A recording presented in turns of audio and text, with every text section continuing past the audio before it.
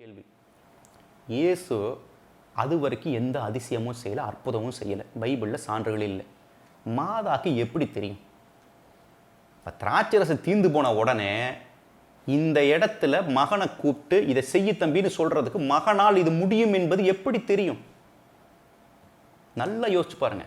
அப்ப சொன்னான் இல்லையா, அந்த 12 வயது முதல் 30 ஆண்டு காலம் அவர் என்ன செய்தார் என்பது மரியாளுக்கு மட்டும்தான் தெரியும். அவர் எதை பெற்றுக்கொண்டார், இப்போ அவருடைய நிலை என்னங்கிறது அவங்களுக்கு மட்டும்தான் தெரிஞ்சிருக்கு. சீடர்களுக்கெல்லாம் தெரியல. அது வரைக்கும் சீடர்களுக்கே இப்படி ஒரு அதிசய அற்புதம்லாம் நம்ம செய்வாருன்னெல்லாம் தெரியல. அப்போ மரியாள் அதை உணர்ந்திருந்தார் இல்லையா? இப்போ இயேசு ஒரு இடத்துல ப்ரீச் பண்ணிட்டு இருக்கார். இப்போ அங்கே மரியாளும் அவருடைய சகோதரர்களும் வந்தாங்க அப்படின்னு சொல்லி பார்க்குறோம். உடனே கேள்வி, பார்த்தீங்களா மரியாளுக்கு இயேசுக்கு அப்புறம் குழந்தை இருந்துச்சு அப்படின்னு சொல்லிட்டு சிலர் வருவாங்க. ஒரு விஷயம் நல்லா பார்க்கணும். 12 வயசுல இயேசு காணாமல் போனார் இல்லையா கோயிலில், அந்த நிகழ்வை கொஞ்சம் ஓட்டி பாருங்க. பைபிளினுடைய ஆதாரத்தை பார்க்கும் பொழுது மினிமம் 7-8 பேர் இருக்காங்க இப்போ இந்த கூட்டத்தில். ஒருத்தருக்கு குறைந்தபட்சம் 1 வருஷங்கிறது லாஜிக் படி ஆகும். ஆனால் கண்டிப்பாக 1.5 வருஷம் இருக்கும் ஒரு குழந்தைக்கு இன்னொரு குழந்தைக்குமான கேப். அப்போ அந்த 1.5 வருஷம் மினிமம்னு போட்டு பார்த்தா எவ்வளோ வருது? 12 வருஷம் வந்துருச்சு. அப்போது மரியாள் கை குழந்தையை தூக்கிட்டு போய் தான் இயேசுவை தேடி இருக்கணும். புரியுதுங்களா? அப்படி ஏதாவது சார்ந்து இருக்கா? ஏன்னா கை குழந்தை யார்கிட்டையும் கொடுத்துட்டு வர முடியுமா? கண்டிப்பாக பால் குடிக்கிற அளவுக்கு ஒரு குழந்தை இருந்திருக்கணும் பைபிளினுடைய ஆதாரத்தைப்படி. அப்போ அங்கே என்ன எழுதியிருக்கணும்? இயேசுவை தேட போகும்பொழுது மரியாவும் சூசையப்பரும் கை குழந்தையோடு சென்றார்கள்னு எழுதியிருக்கணும். அப்படிதான் சான்று இருக்கேன். இறுதியில் இயேசு மரியாளை யோவான் இடத்துல ஒப்படைக்கிறாங்க. ஏன்னா அவருக்குன்னு சொந்த புள்ள இருந்துருந்துச்சுன்னா அவர் நின்றுப்பார். ஏன்னா நம்ம லாஜிக் படியே இயேசுக்கு 30 வயசு ஆகும்போது ஒரு 15 வயசில் கண்டிப்பாக ஒரு குழந்தை இருந்திருக்கணும், பக்கத்தில் ஒரு தம்பி நின்று இருந்திருக்கணும் இயேசுவுக்கு. அப்படி இல்லாமல் எந்த சான்றுமே பைபிளில் இல்லை. இப்போ அந்த நிகழ்வில் இன்னொன்று இருக்கு. இயேசு என்ன சொன்னார்? யார் என் தாயும் சகோதரர்களும், என் வார்த்தையை கடைபிடிப்பவர் தான் என் தாயின் சகோதரர்களும் அப்படின்னு சொல்லி இயேசு அவங்க அம்மாவை மதிக்கலை, வெளியவே நிற்க வச்சுட்டாரு. இதெல்லாம் எப்படி இப்படி பேச முடியும்னு தெரியல. மனப்பிறழ்வு இருக்கிறவங்களுக்கு தான் இப்படிலாம் பேச முடியும். இயேசுவுக்கு ஒரு இயல்பு இருக்குங்க. அவர் புரிதலை ஏற்படுத்துவது தான் அவருடைய நோக்கம். அதனால எளிமையாக புரிதல் ஏற்படுவதற்கு என்ன சாத்தியங்கள் இருக்குதோ அதை தான் பேசுவார். எப்படி? மீன் பிடிக்கிற இடத்துக்கு போனாரா, வார் உன்னை மனிதரை பிடிப்பவராக்குவேன்னு சொல்லிட்டு அந்த மீன் பிடிக்கிற தன்மையோடு அதை கனெக்ட் பண்ணி பேசுவார். இப்போ ஒரு சமாரிய பெண்ணிட்ட பேசுறார்.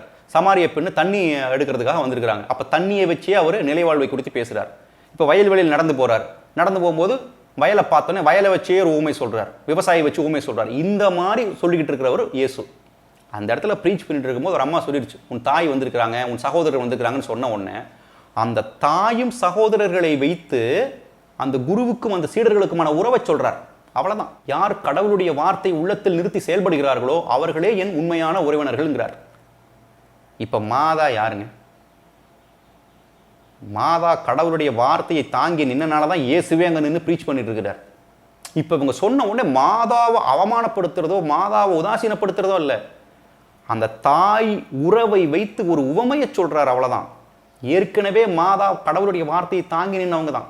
ஸோ அந்த மாதிரியான இயேசு புறக்கணிச்சிட்டாருங்கிற இதெல்லாம் அப்படியே ஒரு ஓரமாக புறந்தள்ளி வச்சிடலாம். இப்போ இயேசுவினுடைய மீட்பை ஒட்டிய நிகழ்வுகளை பார்க்கலாம். கெத்செமனி தோட்டத்தில் இயேசு உட்கார்ந்து கடவுள்கிட்ட வேண்டுறார். என்னென்ன? உமக்கு சித்தமானால் இந்த துன்பக் கிண்ணம் என்னை விட்டு அகலட்டும்ங்கிறார். ஆனால் அதற்கு முன்னாடி இயேசு தன் சாவை முதல் முறையாக அறிவிக்கும் போது பேதுரு என்ன சொல்றாரு? பதறிடுறாரு. ஆண்டவரே, இவ்வாறு உமக்கு நிகழக்கூடாது. உடனே இயேசு அதுக்கு என்னங்க சொல்றாரு? சாத்தானே அகன்று போ, நீ மனிதருக்கு உரித்தானவை பற்றி பேசுகிறாய்ங்கிறார். அப்போ இந்த இடத்துல அதை வேண்டான்னு சொன்ன பேதுருவை சாத்தான்னு சொல்லிட்டு கெத்செமனி தோட்டத்தில் அவர் கடவுள்கிட்ட என்ன வேண்டிக்கிட்டு இருக்கிறாரு? இந்த முரண்பாடு என்ன? இந்த முரண்பாடையெல்லாம் புரிஞ்சுக்கணும்னா நம்ம இயேசுவை மனிதராக பார்க்கணும். உடனே இதெல்லாம் பேசுறதுனால இயேசுனுடைய மதிப்பு குறைஞ்சிடும், இயேசுவை நாம் குறைத்து மதிப்பிடுவோம் அப்படிங்கிறதல்ல. நம்ம ஏற்கனவே என்ன சொன்னோம்? கடவுளாக இருந்தாலும் மனிதராக பிறந்தால் இந்த மனதுக்கு உட்பட்டு தான் நடக்கணும். இப்போ ஆதாமை படைத்த கடவுளுக்கு தெரியாதாங்க அவன் அந்த கனியை சாப்பிடுவானா இல்லையான்னு? ஆதாமை முழுமையாக படைச்சார் இல்லையா, ஆணும் பெண்ணுமாக. அப்பவே ஏன் ஆதாம் ஏவாள்னு தனித்தனியாக படைக்கல? அவன் தனியாக இருப்பது நல்லதல்ல அப்படிங்கிறது ரியலைஸ் பண்ணிட்டு மறுபடியும் ஏவாளை உள்ளிருந்து பிரிக்கிறார். அவர்கள் ஒரு கனியை சாப்பிடாதுன்னு ஏன் சொல்லணும்? ஏன் அந்த வாழ்வின் கனியை வைக்கணும்? இதெல்லாம் யோசிச்சிருக்கோமா? என்னடா இவன் நாத்திக நாட்ட பேசுகிறானே நினைக்காதீங்க. நாத்திகருக்கு பைபிளில் வேலை கிடையாதுங்க. நானும் நீங்களும் தான் இதை பற்றி கேட்கணும். இதைத்தான் இயேசு சொல்கிறார். கேளுங்கள் தரப்படும், தட்டுங்கள் திறக்கப்படும், தேடுங்கள் கண்டடைவீர்கள்னு சொன்னார் இல்லையா? அதனுடைய அர்த்தம் கேளுங்கள் அப்படின்னா அது 3 விதத்தில் இருக்குது. இந்த கேள்விகள் நீங்கள் கேட்டிருக்கணும். ஈஸ்டர் மாஸ்க்கு நீங்கள் அட்டன் பண்ணியிருப்பீங்க எல்லாரும்.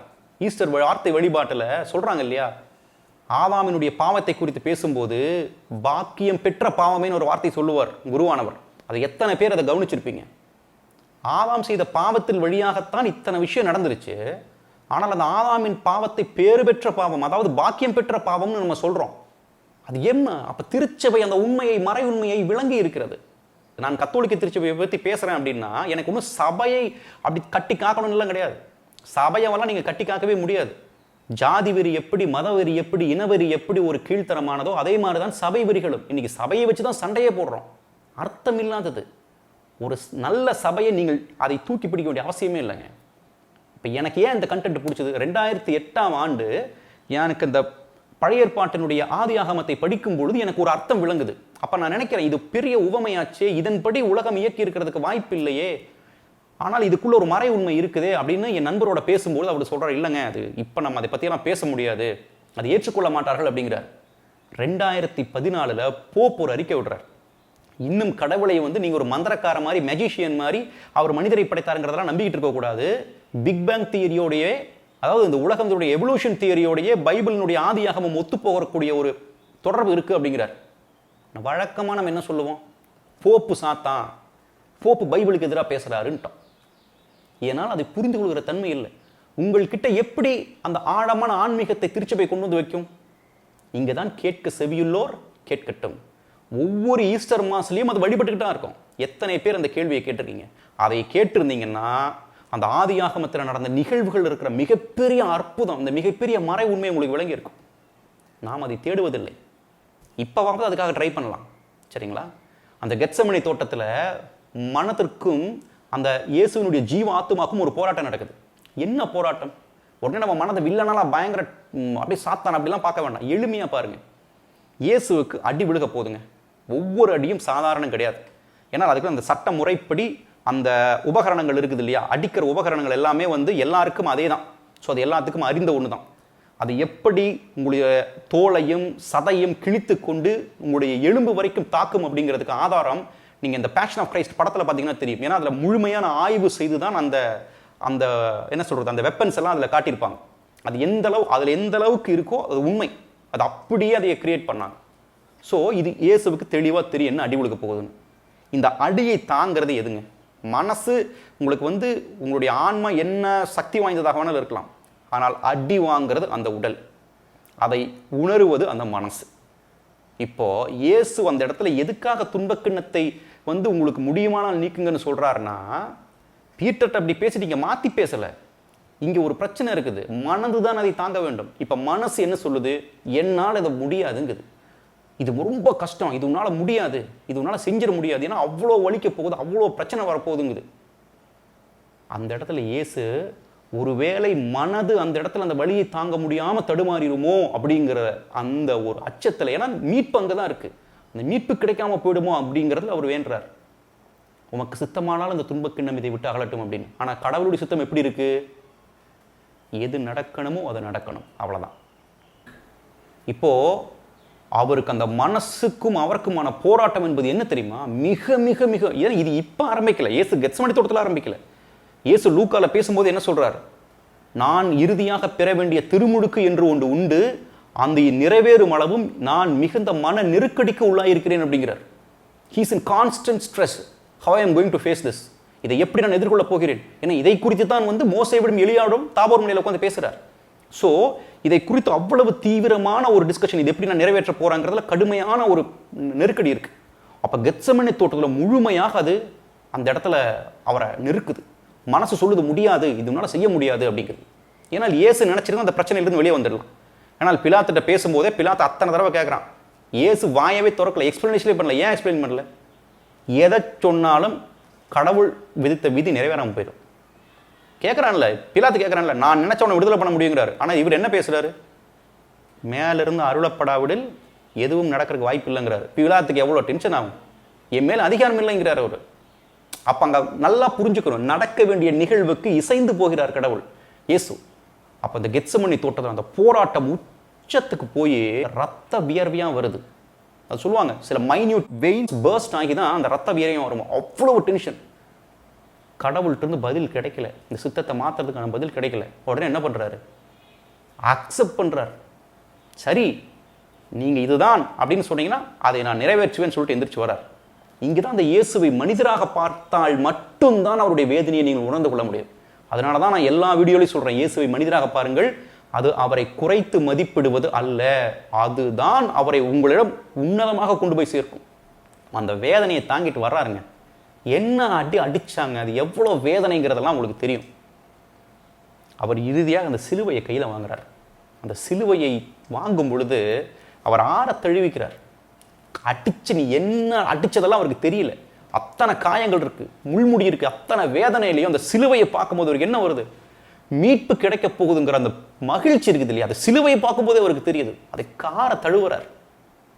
அப்போ அவர் நமக்கெல்லாம் சும்மா சொல்லலை, உன் மீட்புக்காக தாய் தந்தையெல்லாம் விட்டுட்டு வா, நீ உயிரையும் கொடுன்னு அவர் சும்மா சொல்லல, உயிரை விட போறாரு. அந்த வேதனையிலையும் அந்த சிலுவை அப்படியே தாங்குறார். தாங்கிட்டு அதை தூக்கிட்டு போறார். இப்போ இது எல்லா நிகழ்வுகளும் மாதாவுக்கும் தெரியுது. நல்ல தாய். இதை நான் உங்களுடைய புரிதலுக்கே விட்டுறேன். ஆண்களுக்கு கொஞ்சம் இன்டெலெக்சுவலாக யோசிப்பாங்க, லாஜிக்காக யோசிப்பாங்க. இதில் பெண்களும் சில பேர் கேட்பீங்க.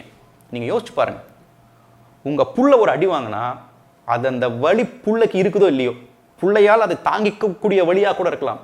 ஆனால் அதை விட 10 மடங்கு நீங்கள் அந்த வழியை உணர்வீங்க. எந்த தாயும் தன் முன் அந்த பிள்ளை கஷ்டப்படணும், பிள்ளை அடி வாங்கணும், பிள்ளை மரணத்தை தழுவணும் நினைக்கவே மாட்டாங்க. ஏன்னா தாய் அன்பால் உருவானவள், அவரால் அதை முடியவே முடியாது. இது அத்தனை நிகழ்வும் மாதாக்கும் தெரியும் இப்படி நடக்கும். ஆனால் ஒரு இடத்துல கூட அவர்கள் புலம்பலை, அழுகிறாங்க. அவர் என்ன கேட்டுக்கணும் கடவுள்கிட்ட? கடவுளே ஏன் அப்படி பண்ற? பேதுருனால புரிஞ்சுக்க முடியல, இயேசுனுடைய சாமை பேதுருனால புரிஞ்சுக்க முடியல. அவர்களாம் சிதறி ஓடுறாங்க, இது நடக்கக்கூடாதுங்கிறாங்க. அவர்களாம் அதாவது ஒரு முதிர்ச்சியற்ற தன்மை அவர்களுக்கு அப்பவும் இருக்கு. ஆனால் மரியாள் அழுகிறாங்க, அந்த வேதனையை உணர்றாங்க. ஆனால் கடவுளிடம் எந்த இடத்துலையும் புலமணி ஏன் கடவுளே இப்படி செய்யலைன்னு கேட்கவே இல்லை. ஏன்னா அவர்களுக்கு தெரியும் கடவுளுடைய சித்தம் இதுதான், தன் மகனுக்கு இங்கதான் மீட்பு இருக்கு, அந்த மீட்பின் வழியாக இந்த உலகத்தில் இருக்கிற எல்லா மக்களையும் மீட்கப் போகிறார் அப்படிங்கிறது. அது எவ்வளோ பெரிய புரிதல். அந்த வேதனை, இயேசுவுக்கு விழுந்த ஒவ்வொரு அடியும் இயேசுவுக்கு எந்த அளவுக்கு வலிச்சதோ அதை விட ஒரு பங்கு அந்த தாய்க்கு வலிச்சிருக்குங்க. அந்த தன்மை இருக்குது இல்லையா, அந்த தன்மை இருக்குது இல்லையா, இதை தாங்கக்கூடியவர்கிட்ட தாங்க இயேசுவை ஒப்படைக்க முடியும். ஏதோ ஒரு பொம்பளைட்டெல்லாம் கொடுத்து அனுப்பிச்சிட முடியாதுங்க. அதெல்லாம் மடையர், நான் ஒரே வார்த்தை தான், மடையர் மட்டும்தான் அந்த மாதிரி பேச முடியும். அப்போ அந்த நிலைவாழ்வை பெறுவதற்கான முழு பயணத்திலையும் மாதா கூட இருக்கிறாங்க, உடன் வர்றாங்க, சிலுவையில் மரித்தும் கூட இருக்கிறாங்க. அப்போ அவர்கள் எந்த மாதிரியான ஒரு மெய்யுணர்வுல இருந்திருக்கணும் யோசிச்சு பாருங்க. தன் கண்ணு முன்னாடியே எல்லாம் நடக்குது, கடவுளிடம் கேட்கவே முடியாது. ஏன்னா கடவுளுடைய சித்தத்தை இயேசு எவ்வாறு அறிந்திருந்தாரோ அவ்வாறே மாதாவும் அறிந்திருந்தார். அது எங்கிருந்து வந்தது? ஞானிகள் சொன்னதை உள்ளத்தில் நிறுத்தினாங்க இல்லையா, சிமியோன் சொல்லதை உள்ளத்தில் நிறுத்தினாங்க இல்லையா, இயேசு தொலைந்து போனப்ப அதை தியானித்து உள்ளத்தில் வச்சிருந்தாங்க இல்லையா, அந்த உள்ளத்தில் நிறைத்திருந்ததை இறுதி வரை நிறுத்தி செயல்படுறாங்க. அவர்களுக்குள்ள ஒரு வாள் ஊடுருவும் சிமியோன் சொன்னார் இல்லையா, எதை குறித்து சொன்னார்? அந்த கோயிலில் சொல்றார், உன்னையும் ஒரு வாள் ஊடுருவும். மனிதனுக்கான மீட்பு எங்க தெரியுங்களா தவறி போகும்? மனதிற்கும் அந்த மனிதனுக்கும் நடக்கிற அந்த போராட்டம் தான். கெத்செமனி தோட்டத்தில் நடந்தது இல்லையா, அது மாதிரி கான்ஃப்ளிக்ட் இங்கே வருது மரியாளுக்கு. தன்னை சாவடிங்கன்னா கூட மரியாதை விட்டுருப்பாங்க. ஆனால் எல்லா தாயும் அப்படிதான், என்ன கொன்று என் பையனை விட்டுருவாங்க. அந்த இடத்துல அவர் கடவுள்கிட்ட என்ன வேண்டலாம்? என் பையனுக்கு இப்படி நடக்கக்கூடாது. அப்ப அந்த வாள் ஊடுருவம்ங்கிறது, நீர் கடவுளை சித்தத்தை புரிந்து கொள்வதற்கு தடையாக உன்னை ஒரு வாள் ஊடுருவும் அப்படிங்கிறார். அதை குறித்து அவர்கள் தியானிக்கிறாங்க எதுவா இருக்கும்னு. அந்த தியானத்தினுடைய ஆழம்தான் அந்த மீட்பின் பாதையில இயேசுவுக்கு துணை நிற்க முடிஞ்சது, இயேசுவை புரிஞ்சுக்க முடிஞ்சது, கடவுளை புரிஞ்சுக்க முடிஞ்சது. இதை வேற எந்த பெண்மணியாலும் செஞ்சிருக்க முடியாதுங்க. அப்படிப்பட்ட ஒரு பெண்ணைத்தான் கடவுள் தேர்ந்தெடுத்திருக்கிறார். இங்க மாதாக்கு நம்ம செய்யற எந்த விஷயங்களுமே மாதாவை சந்தோஷப்படுத்தாதுங்க. அவர்கள் எதற்காக அதை பொறுத்து கொண்டார்? கடவுள்கிட்ட ஏன் புலம்பல? அந்த தாயினுடைய அன்பு எல்லாத்தையும் அவர் வெறுமையாக்கினார். எதற்காக?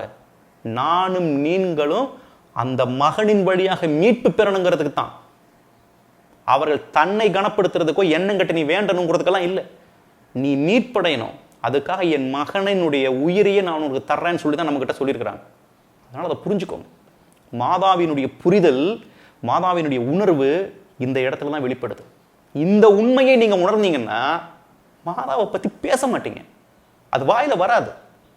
ஏன்னா அது வெறுமனே நம்பிக்கை கிடையாது. இன்னைக்கு நம்பி நாளைக்கு அது ஒரு மாதிரி துவேஷனம் பண்ணி போகிற விஷயம் கிடையாது. அது உண்மை. அந்த நிகழ்வுகள் எல்லாத்தையும் உங்கள் உள்ளத்தில் நிறுத்துங்க, உங்கள் உள்ளத்தில் ஆழத்தில் நிறுத்ததை தியானிச்சு பாருங்க. இயேசு உயிர்த்தெழுந்து வச்சதுக்கப்புறம் சீடர்கள்லாம் அப்படியே போடுறாங்க, பரபரப்பாகிறாங்க. மாதா போய் பார்க்கவே இல்லை.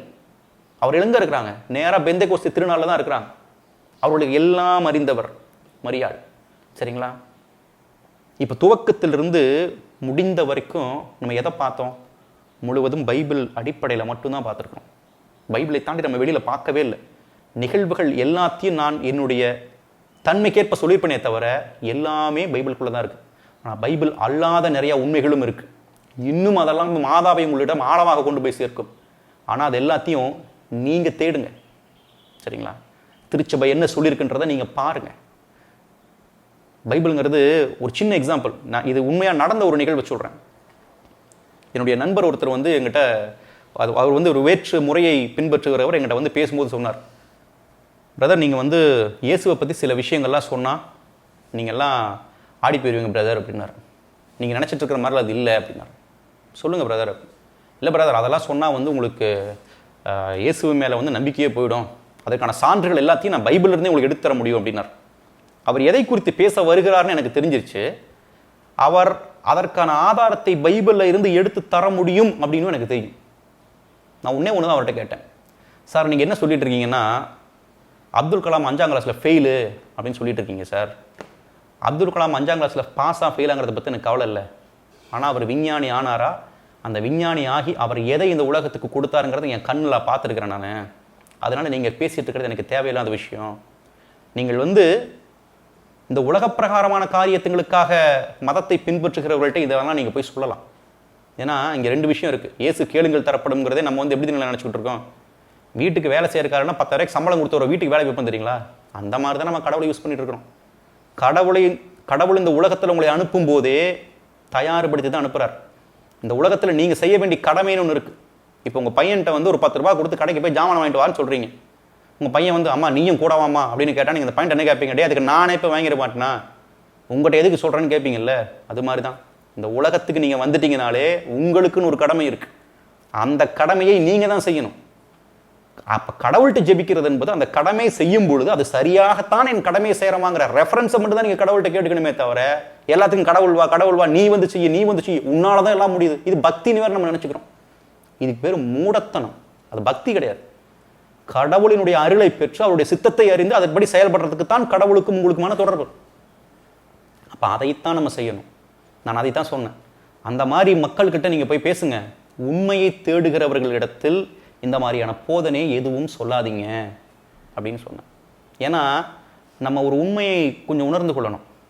நம்ம எல்லாத்தையும் ஸ்கிரிப்சரில் தேடுறோம் இல்லையா? அதை பற்றி பெரிய விளக்கங்கள் இருக்குது. அடுத்து நம்ம அதை பற்றி பேசலாம். ஸ்கிரிப்சரை பற்றி பேசும்போது டீட்டெயிலாக பேசலாம். இயேசு 12 திருத்தூதர்களை ஏற்படுத்தினார். 100க்கும் மேற்பட்ட நேரடி சீடர்களை வைத்திருந்தார். இவர்கள் யாராலும் எழுதப்பட்டதல்ல பைபிள். பைபிள் முழுவதும், பைபிள்னா நான் சொல்கிறது புதிய ஏற்பாடு. பழைய ஏற்பாடு வந்து எல்லாத்துக்கும் ஒன்று தான். அது வந்து கிறிஸ்டியன் மட்டும் இல்லை, கிறிஸ்டியன், யூதன், முஸ்லீம் எல்லாருக்கும் இது வந்து காமனாக இருக்கிற ஒரு புக். அந்த புதிய ஏற்பாட்டில் உள்ள இயேசுனுடைய சான்றுகள் எல்லாத்தையும் எழுதினது பவுல் வழி சீடர்கள். நீங்கள் நல்லா ஆராய்ந்து பார்த்தீங்கன்னா அதில் தெரியும். அப்போது ஒருவேளை இயேசு பவுலை தேர்ந்தெடுக்கவில்லை என்றால் இன்னைக்கு பல பேர் இயேசுன்னு ஒருத்தர் இல்லைன்னே சொல்லிடுவீங்க. ஏன்னா இந்த டாக்குமெண்ட் எதுவுமே உங்களுக்கு கிடைச்சிருக்காரு. பவுல் லெட்டர் எழுதினாலும் பவுலியோட சீடர்கள் இது எழுதினாலும் இயேசு இல்லைன்னு சொல்லிடுவீங்க. அப்போ இயேசு வாழலையா? 12 சீடர்கள் சொன்னது நற்செய்தி இல்லையா? அவர்கள் சொன்னதுக்கு ஏதாவது சான்றுகள் நம்ம இடத்துல இருக்குதா? இயேசுனுடைய நேரடியாக இயேசுனுடைய பார்வையில் வளர்ந்தவர்கள், ஃபிசிக்கலாக இயேசு அவர்களுக்கு எத்தனை விஷயங்களை கற்றுக் கொடுத்துருப்பார், அது எதுவுமே நமக்கு தெரியாது. அப்போ அதெல்லாம் உண்மை இல்லையா? சிந்திச்சு பாருங்க, சிந்திச்சு பாருங்க, புரிதலோடு அணுகுங்க. இங்கே ஒரு கூட்டம் முட்டாளாகவே உங்களை வைத்திருக்க வேண்டும் என்று நினைக்குது. ஸ்கிரிப்சருக்குள்ள உண்மையை தேட முடியாதுங்க. கடல் தண்ணி அள்ளுனீங்கன்னா உங்கள் கையில் இருக்கிறது கடல் தண்ணி தான். ஆனால் உங்கள் கையில் இருக்கிறது கடல் இல்லை. சரிங்களா? கடலில் கப்பல் விடலாம், உங்கள் கையில் விட முடியுமா? முடியாது. இங்கே தான் வார்த்தைக்கும் வசனத்துக்குமான வித்தியாசத்தை நீங்கள் உணர வேண்டும். வார்த்தை வேறு, வசனம் வேறு. என்னடா பைத்தியகார மாதிரி பேசுகிறான்னு நினைக்காதீங்க. வார்த்தை என்பது நித்தம் செயலாற்றிக் கொண்டே இருப்பது, அது எங்கும் நிறைந்திருப்பது, ஒவ்வொரு உயிருக்குள்ளும் ஜீவனாக மூச்சு காற்றாக போய் கொண்டு வந்து கொண்டும் இருப்பது. ஆனால் வசனம் என்பது என்ன தெரியுங்களா? அந்த வார்த்தைகளை நாம் ஆவணப்படுத்தி வைக்கிறது, அதை அறிவுக்கு உட்படுத்தி ஆவணப்படுத்தி வைக்கிறது. இந்த கை தண்ணி எப்படி கடல் தண்ணியாக இருக்கும், ஆனால் கடலாக ஒருபோதும் இருக்காது. இசையாட்ட பேசினாரு, எலியாட்ட பேசினாரு, இயேசுகிட்ட பேசினாரு, பவுல்கிட்ட பேசினாரு. அவங்க பேசுகிற நிகழ்வு என்றைக்கோ நடந்து முடிந்தது. அதை ஆவணப்படுத்தி வைத்திருக்கிறார்கள், அவ்வளவுதான். நீங்கள் ஆவணம் மட்டும்தான் கடவுள் வார்த்தை சொன்னீங்கன்னா அதை விட வேறு சிலை வழிபாடு வேற ஒண்ணுமே கிடையாது. ஆண்டவருடைய வார்த்தையை 2 அட்டைக்கு நடுவில் நீங்க சுருக்கி வைக்கிறதுக்கு யாரு? அதனால உண்மையை எப்பொழுதும் ஸ்கிரிப்சருக்குள்ள தேடாதீங்க. லாஜிக்காவே இது நல்லதில்லை. இதில் என்ன ஒரு சோகமான விஷயம்னா, கத்தோலிக்கர்கள் மத்தியிலும் இப்போது ரொம்ப ஆழமாக பதிஞ்சிட்டு வருது. பார்த்தீங்களா? அதாவது அடுத்தவர்களை பார்த்து நாம் அதை பின்பற்றுவது, அதெல்லாம் அவசியமே இல்லை. திருச்சபை உங்களுக்கு சரியான ஒரு விஷயத்தை கொடுத்துருக்குது. என்ன? அது எல்லாம் உங்களுடைய கைக்கு கொண்டு வந்து தரல. ஏன்னா தேடுதல் உள்ளவன் தான் அதை பெற்றுக்கொள்வான். எல்லாத்தையும் கொண்டு வந்து ஸ்பூன் ஃபீடிங் மாதிரி வாயில் கொடுத்துட்டு இருக்க முடியாது. நான் சொன்னேன் இல்லையா, அந்த பாக்கியம் பெற்ற பாவம் என்னன்னு யாருக்கு தோணுதோ அவர்கள் அதை தேடுவீங்க, அதை நோக்கி போவீங்க. திருச்சபைக்குள்ள ஆழமான விஷயங்கள் இருக்கு. நான் கத்தோலிக்க திருச்சபை பற்றி பேசுகிறேன் அப்படின்னா அந்த ஆழமான மறை உண்மைகளை உள்ளடக்கி இருக்கிறனால மட்டும்தான் பேசுகிறேன். அதை தவிர எனக்கு எந்த இதுவுமே இல்லை. ஏன்னா அப்படி நான் சபை பிடித்து நின்னா என் அகம்பாவத்தை தான் வளர்க்கும். நானும் அப்படி தான் இருந்தேன் ஃபர்ஸ்ட். அதெல்லாம் அப்படிலாம் பேசிட்டு இருந்தேன். அதெல்லாம் பைத்தியகாரத்தனமாக இருக்குது. என் மீட்புக்கு எது உதவுது? அது மட்டும்தான் எனக்கு தேவை. அப்போ கத்தோலிக்க திருச்சபை மரியாளை இந்த அளவுக்கு கனம் பண்ணி வச்சிருக்குன்னா அதுக்கு காரணம் இல்லாமல் இல்லைங்க. நீங்கள் மரியாளை எடுத்துகிட்டு இயேசுவை பார்க்க முடியாதுங்க. இயேசு இல்லாமல் நீங்கள் கடவுளை பார்க்க முடியாதுங்க. அவ்வளோதாங்க. 3 பேரும் ஒரே கோட்டில் இருக்கவங்க. இந்த 3 பேர் தான் கத்தோலிக்கத்தினுடைய என்ன சொல்கிறது அடித்தளமே இதுதான். இது இல்லாமல் ஒருத்தர் கத்தோலிக்கனா இருக்கவே முடியாது.